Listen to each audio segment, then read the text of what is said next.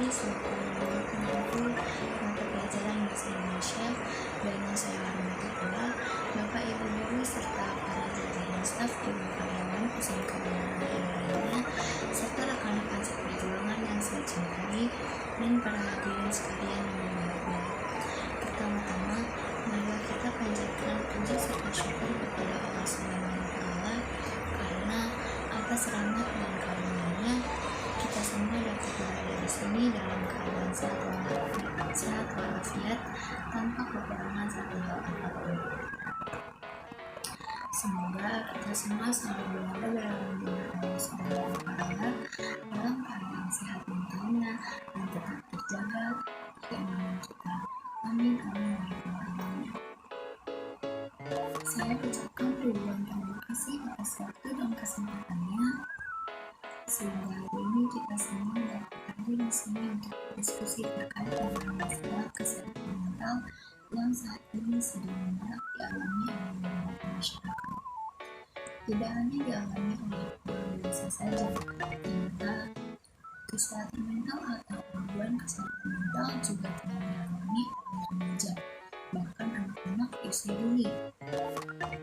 Ada banyak penyebab dan alasan yang menyebabkan para remaja tersebut bisa mengalami gangguan kesehatan mental yang mungkin dan sangat mungkin mengancam masa depan mereka di kehidupan mereka ke depannya. Hadirin semua yang saya hormati, sebelumnya izinkan saya untuk menjelaskan terlebih dahulu apa itu kesehatan mental. Kesehatan mental merupakan suatu kondisi ataupun kemampuan ketika seorang individu dapat menyesuaikan dirinya baik dengan orang lain maupun dengan lingkungan sekitarnya dalam keadaan sehat mentalnya dan terhindar dari gangguan maupun gejala-gejala kejiwaan serta penyakit jiwa. Kesehatan mental memiliki hubungan yang sangat dekat dengan diri sendiri, sesama manusia, lingkungan, hingga kepada Sang Pencipta. Sehingga jika hubungan tersebut terjalin dengan baik, maka akan ada imbalan yang lebih baik yang akan berbalik kepada diri kita sendiri. Penyebab dari kesehatan mental pun ada berbagai macamnya. Namun, yang umum terjadi ialah karena 1. Memiliki cedera di kepala, 2. Faktor genetik atau terdapat riwayat penyebab atau gangguan mental dalam keluarga, 3. Kekerasan dalam rumah tangga atau pelecehan lainnya, 4. Kekerasan pada anak atau kekerasan pada masa kanak-kanak, 5. Memiliki kelainan senyawa kimia otak atau gangguan pada otak, 6. Mengalami diskriminasi dan stigma dari lingkungan di sekitarnya, 7. Mengalami kehilangan atau pernah mengalami kematian seseorang yang sangat dekat, 8. Mengalami kerugian sosial seperti masalah kemiskinan, keuangan, ataupun utang, 9. Merawat atau pernah merawat anggota keluarga ataupun teman yang sakit kronis, 10. Pengangguran, kehilangan pekerjaan atau tunawisma, 11. Pengaruh dari zat racun atau alkohol hingga obat-obatan terlarang yang dapat merusak otak, 12. Pernah mengalami stres berat yang dialami dalam kurun waktu yang cukup lama, 13. Terisolasi secara sosial ataupun merasa kesepian, 14. Tinggal di lingkungan perumahan yang cukup buruk, 15. Mengalami trauma signifikan seperti pembunuhan militer, kecelakaan serius, atau kejahatan, dan hal lain yang pernah dialami. Ciri-ciri dari gangguan kesehatan mental juga ternyata ada banyak macamnya loh. Contohnya seperti memiliki perasaan yang tidak nyaman, sulit untuk percaya diri, kurang berhasil dalam melakukan hubungan sosial, emosi yang sulit dikendalikan, kepribadian yang terganggu, hingga adanya penyakit yang mempengaruhi sistem kerja saraf di otak. Ciri-ciri dari gangguan mental tersebut banyak terjadi oleh remaja serta anak-anak dan seringkali diabaikan. Dirahmati oleh Allah, Bagi sebagian banyak orang yang mengalami masalah atau gangguan dalam kesehatan mental, stigma seringkali menyertai kesulitan dan kehidupan yang mereka hadapi dan mereka alami. Nah, hadirin sekalian, apakah kalian tahu apa itu stigma? Baik, saya rasa tidak ada ya. Saya mohon izin untuk menjelaskannya. Jadi, stigma itu merupakan suatu ciri atau kebiasaan negatif yang ada dan melekat pada diri seorang individu yang disebabkan oleh lingkungan di sekitarnya. Mereka atau para individu yang berada dalam kondisi di mana mendapatkan stigma sosial yang negatif akan sangat berpengaruh dan mempengaruhi bagi kesehatan mental mereka, terutama bagi para remaja yang cenderung memiliki emosi yang sensitif. Selanjutnya, apa itu stigma sosial? Berbeda dengan stigma tadi, stigma sosial sendiri adalah suatu kondisi di mana tidak diterimanya seseorang individu dalam suatu kelompok maupun organisasi, dikarenakan dengan kepercayaan bahwa orang tersebut telah melawan norma-norma yang ada. Stigma sosial ini sering menyebabkan kemunculan pada seseorang maupun kelompok yang disebabkan oleh individu ataupun kelompok lainnya. Contoh dari stigma seputar kesehatan mental ialah pandangan bahwa orang yang mengalami depresi adalah orang gila, tidak berkompeten, dan bahkan orang yang bodoh. Lalu, mengapa penyakit kesehatan mental itu dikelilingi oleh stigma-stigma tersebut? Baik, saya akan membahasnya lebih lanjut di sini. Menurut para ahli psikologis, ada 3 komponen utama yang menyebabkan timbulnya stigma-stigma masyarakat tentang masalah kesehatan mental. Di antaranya adalah 1. Kurangnya pengetahuan masyarakat tentang masalah kesehatan mental.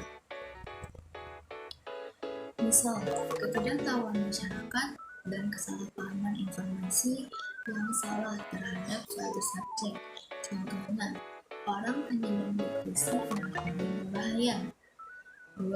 Sikap masyarakat tentang gangguan kesehatan mental. Suatu prasangka yang dapat menimbulkan reaksi emosional, seperti karena mereka itu berbahaya, maka saya takut dengan mereka. 3.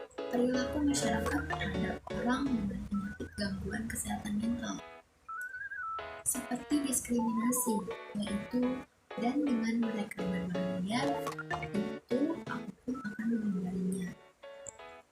Orang-orang dengan penyakit mental dapat mengenali dan menyetujui stigma tentang kondisi mereka saat ini dan sering dikenal sebagai stigma diri.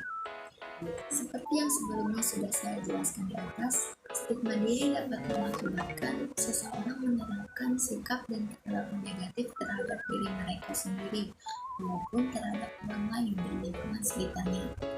Hal tersebut tentunya akan dapat berefek pada rusaknya harga diri dan juga kepercayaan diri si korban, sehingga dapat berpotensi menyebabkan orang tersebut tidak mencari pengobatan untuk dirinya, menarik diri dari masyarakat hingga penyalahgunaan zat atau obat-obatan terlarang, bahkan sampai pada bunuh diri.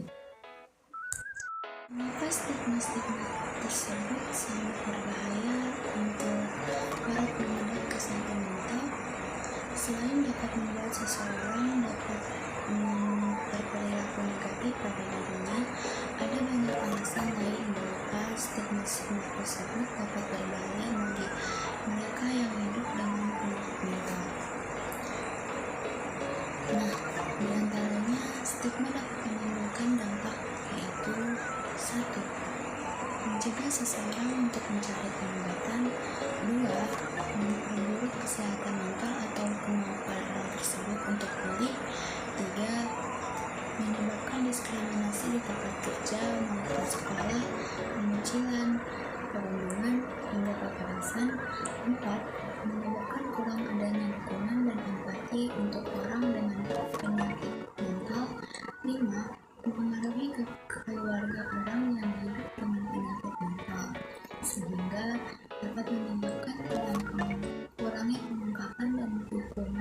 atau support system dari keluarga tersebut.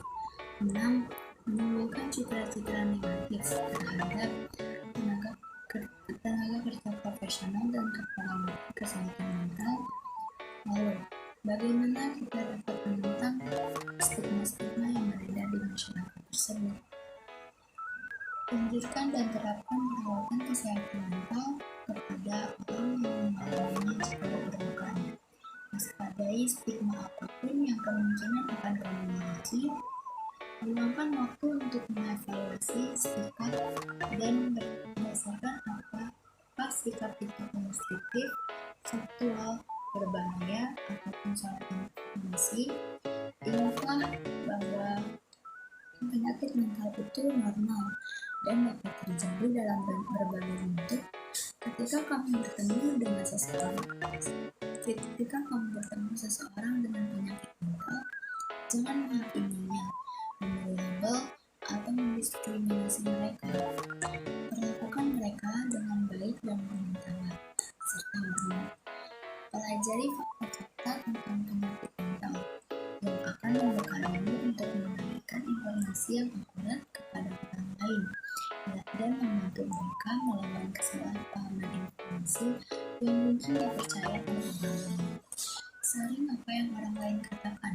Setiap kali kamu mendengar keyakinan dan pendapat dari orang tentang sesuatu, tanyakan kepada dirimu sendiri, apakah ini didasarkan pada pengetahuan ilmiah, medis, atau hanya didasarkan pada rumor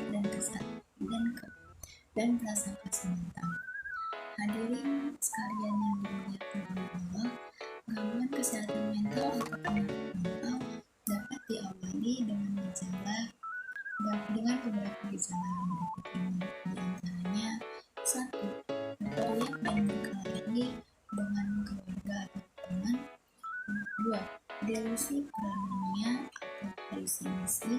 3. Kehilangan kemampuan untuk berkonsentrasi. 4.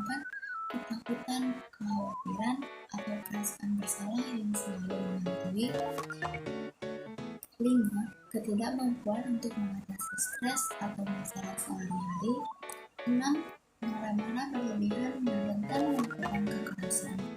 7. Memiliki pengalaman dan kenangan yang buruk dan tidak dapat dilupakan. 8. Memiliki pikiran untuk menyakiti diri sendiri, orang lain, maupun lingkungan di sekitarnya. 9. Menarik diri dari orang-orang dan kegiatan sehari-hari. 10. Mendengar suara atau mempercayai sesuatu yang tidak benar. 11. Mengalami nyeri yang tidak dapat dijelaskan. 12.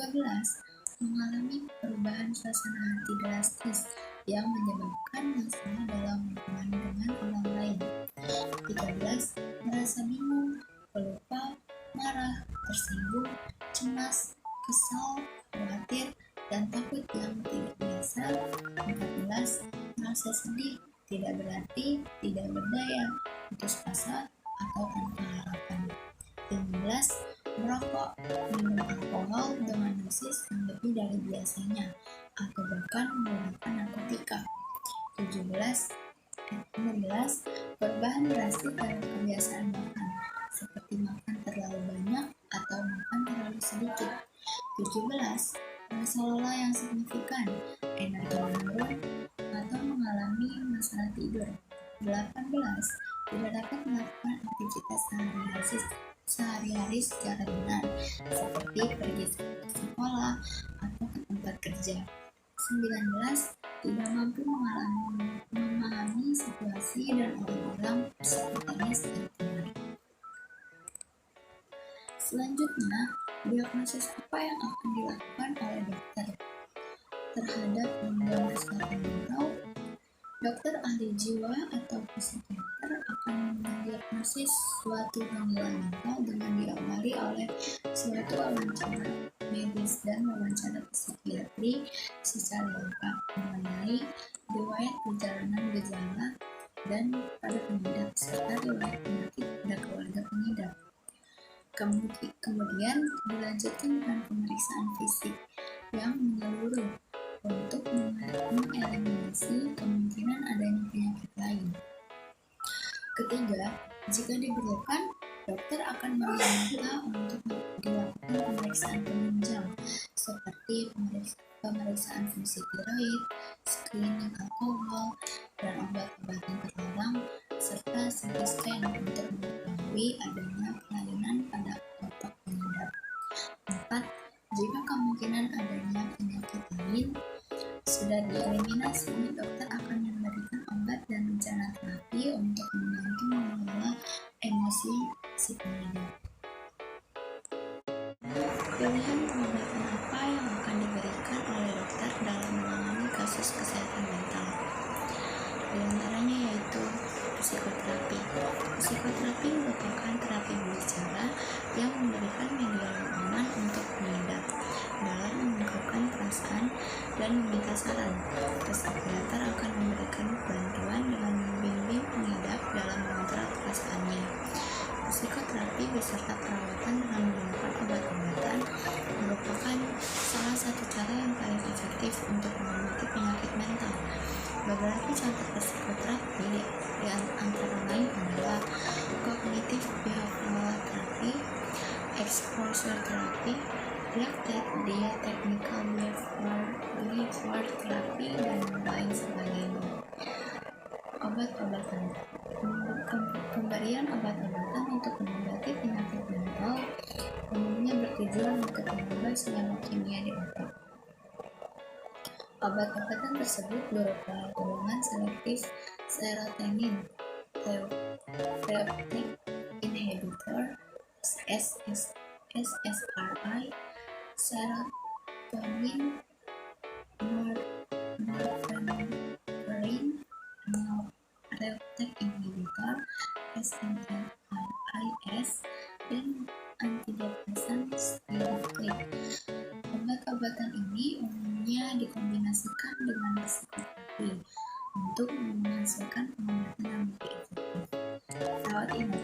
Rawat inap diperlukan jika pengidap tersebut membutuhkan pemantauan ketat terhadap gejala-gejala penyakit yang dialaminya atau terdapat gangguan pengobatan di bidang psikiatri, misalnya percobaan bunuh diri. Supporting group atau support group umumnya beranggotakan para pengidap penyakit mental yang sejenis atau yang sudah dapat mengendalikan emosinya dengan baik. Mereka berkumpul untuk berbagi pengalaman dan membimbing satu sama lain menuju pemulihan. Simulasi otak. Simulasi otak berupa terapi elektrokonvulsif, stimulasi magnetik, transkimial, pengobatan eksperimental yang disebut stimulasi otak dalam, dan stimulasi saraf abis. Pengobatan terhadap penyalahgunaan zat. Pengobatan ini dilakukan pada pengidap penyakit mental yang disebabkan oleh ketidaknyamanan akibat penyalahgunaan zat alam. Membuat rencana bagi diri sendiri, misalnya mengatur gaya hidup dan kebiasaan sehari-hari untuk melawan penyakit mental. Rencana ini bertujuan untuk membantu kesehatan kita, membantu proses pemulihan, dan mengenali pemicu atau tanda-tanda peringatan penyakit.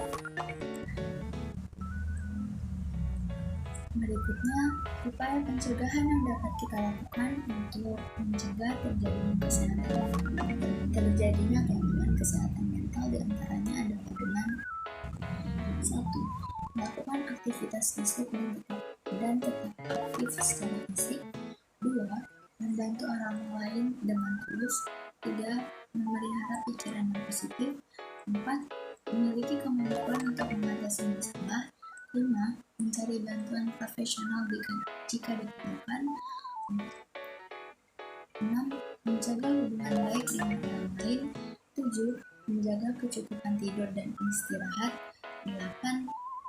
Apakah kita harus ke dokter jika sudah terlanjur mengalami gangguan kesehatan mental? Jika diri sendiri ataupun kerabat menunjukkan gejala-gejala yang telah disebutkan di atas secara terus-menerus dan tidak membaik, sebaiknya segeralah memeriksakan diri ke dokter spesialis jiwa atau psikiater untuk mendapatkan pemeriksaan dan penanganan lebih lanjut. Untuk pemeriksaan, kamu bisa langsung membuat janji dengan dokter di rumah sakit pilihanmu agar cepat dapat ditangani. Hadirin wal hadirat yang insya Allah dimuliakan oleh Allah, kita tidak boleh menganggap remeh adanya gangguan kesehatan mental, terutama yang umumnya terjadi pada remaja. Sebab jika hal tersebut dibiarkan, nantinya akan dapat membahayakan kesehatan masa depan, bahkan nyawa mereka sendiri. Diharapkan bagi para orang tua, guru, maupun kerabat perlu memperhatikan bagaimana kesehatan anak-anak dan murid-muridnya dalam perkembangannya. Kenali mereka dari pergaulan hingga apa yang dilakukannya. Tujuannya adalah agar kita lebih memahami apa yang mereka inginkan. Berikan waktu untuk mereka agar dapat berekspresi dan bercerita. Jadikanlah kita teman cerita terbaik mereka agar mereka bisa berkeluh kesah dengan bebas kepada kita. Jika perlu, berikan konsultasi kepada para ahlinya, seperti yang sudah saya sebutkan sebelumnya. Dan yang paling penting, ajaklah mereka untuk kembali dekat kepada Allah Subhanahu wa Ta'ala, Sang Maha Pencipta. Itu saja yang dapat saya sampaikan kepada hadirin sekalian. Semoga kita semua diberikan kebahagiaan serta rahmat dari Allah dengan kondisi mental sehat dan kehidupan yang baik. Akhirul kalam, mohon maaf jika ada salah kata atau kalimat yang kurang berkenan di hati. Sekian dari saya. Terima kasih. Wassalamualaikum warahmatullahi wabarakatuh.